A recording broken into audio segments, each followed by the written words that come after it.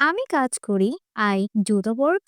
আমি কাজ করাই, কাজ করানোর ইংরেজি কি? আমরা অনেক সময় কনফিউজড হয়ে যাই।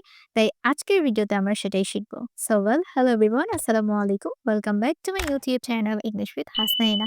I hope you are doing well by the grace of Almighty Allah। Let's dive into the video।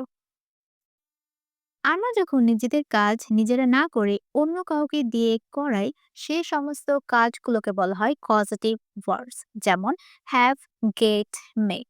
আরো দুটো আছে, সেটা হচ্ছে লেট অ্যান্ড হেল্প। কিন্তু আজকের ভিডিওতে আমরা শুধুমাত্র হ্যাভ, গেট, মেকের ব্যবহার শিখবো, কারণ এই তিনটার ব্যবহার আমরা বেশি করে থাকি। হ্যাভ, গেট, মেক এই তিনটার ব্যবহার আমরা ভিন্ন ভিন্ন সিচুয়েশনে পরিস্থিতিতে করে থাকি। যেমন হ্যাভ এর ব্যবহার আমরা ঠিক তখন করব যখন আমরা নিজেদের কাজ অন্য কাউকে দায়িত্ব দিয়ে করাবো, তাকে কাজ করার জন্য তাকে ব্যবস্থা করে দিব এবং তাকে তার কাজের জন্য আমরা কিছু পে করব। তখন সাধারণত আমরা হ্যাভ ব্যবহার করি। তাই হ্যাভ আমরা ঠিক তখন ব্যবহার করব যখন আমরা কাউকে অথরিটি দিয়ে কাজটা করাবো। ওকে, অথরিটি। এবং এই হ্যাভ এর ব্যবহারটা হচ্ছে একটু বেশি ফর্মাল।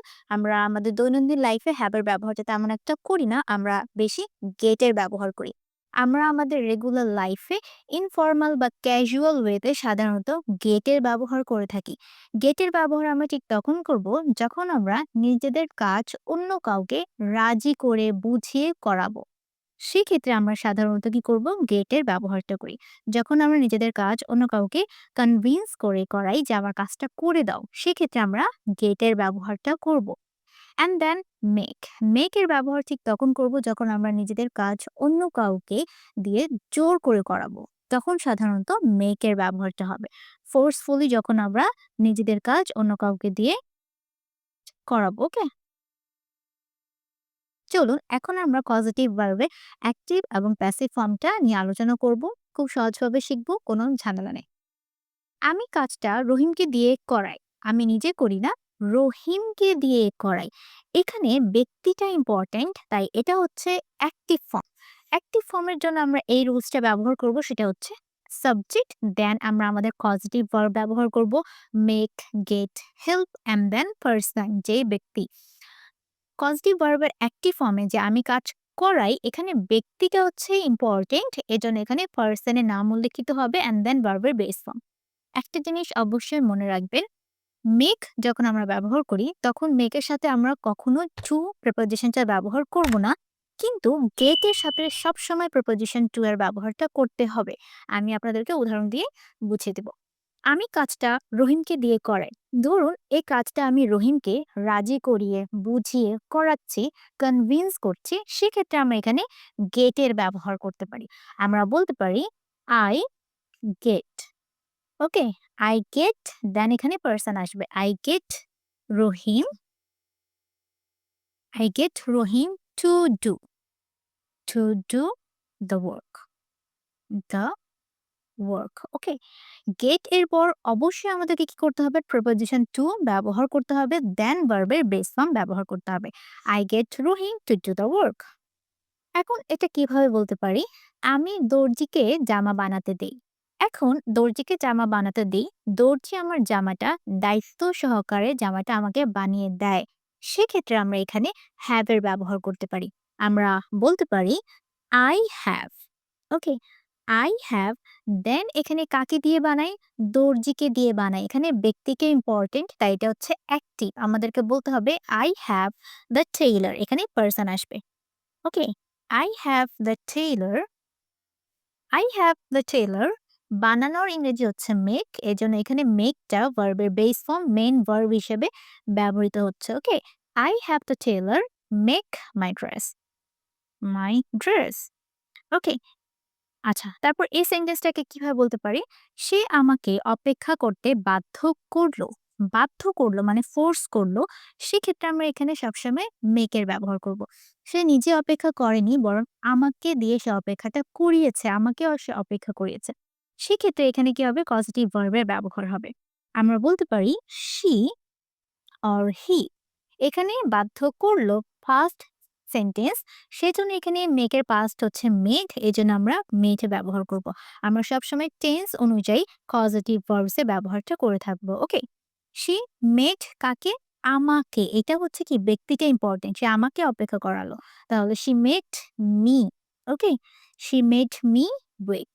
ওয়েট। ওকে, এখানে দেখেন আমরা কি করেছি, মেড এর পর কিন্তু টু ব্যবহার করিনি, হ্যাভ এর পরও কিন্তু আমরা টু ব্যবহার করিনি। হ্যাভ এর পর যদি আমরা টু ব্যবহার করতাম তাহলেও সেন্টেন্সটা কারেক্ট হতো, ব্যবহার না করলেও চলবে।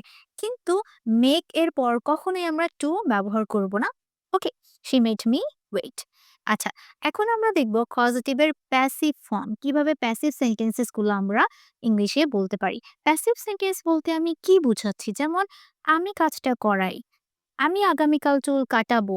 এই ধরনের সেন্টেন্স কিভাবে বলতে পারি? এখানে কিন্তু ব্যক্তিকে উল্লেখ করা হয়নি। কে কাজটা করবে সেটা ইম্পোর্টেন্ট না, বরং ইম্পোর্টেন্ট হচ্ছে কাজ। ওকে, কাজটা করাই, এখানে কাজ ইম্পোর্টেন্ট। সেক্ষেত্রে আমরা এই নিয়মটা ফলো করব। সাবজেক্ট গেট অথবা হ্যাভ।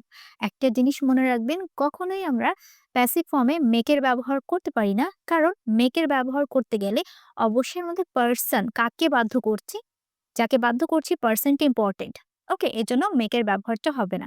শুধুমাত্র আমরা গেট এবং হ্যাভ এর ব্যবহার করব আমাদের সিচুয়েশন বুঝে।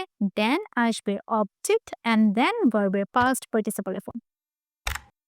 আমরা জানি প্যাসিভ মানে হচ্ছে ভার্বের পাস্ট পার্টিসিপল ফর্ম, মানে ভি3 লাগবে আমাদের, যেমন গো, ওয়েন্ট, গন। এখানে গনের ব্যবহারটা করতে হবে।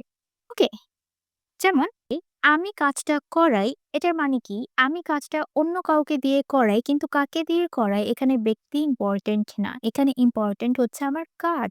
সেক্ষেত্রে আমরা সেন্টেন্সটাকে এভাবে বলতে পারি, I get, I get the work, I get the work and then ভার্বের পাস্ট পার্টিসিপল ফর্ম করানো, done, do, did, done. I get the work done, অথবা আমরা এভাবেও বলতে পারি, I have, I have the work done. এখন বলতে পারেন এই দুটার মধ্যে পার্থক্য কি?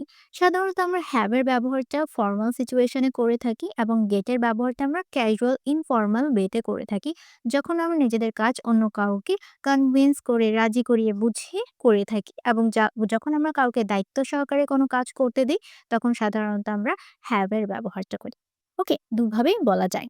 এখানে দেখেন কি আছে, subject, then have or get causative verb and then object. এখানে অবজেক্ট বলতে কি বোঝানো হচ্ছে, দ্য ওয়ার্ক অ্যান্ড দেন ভার্বের ফার্স্ট পার্টিসিপল ফর্ম।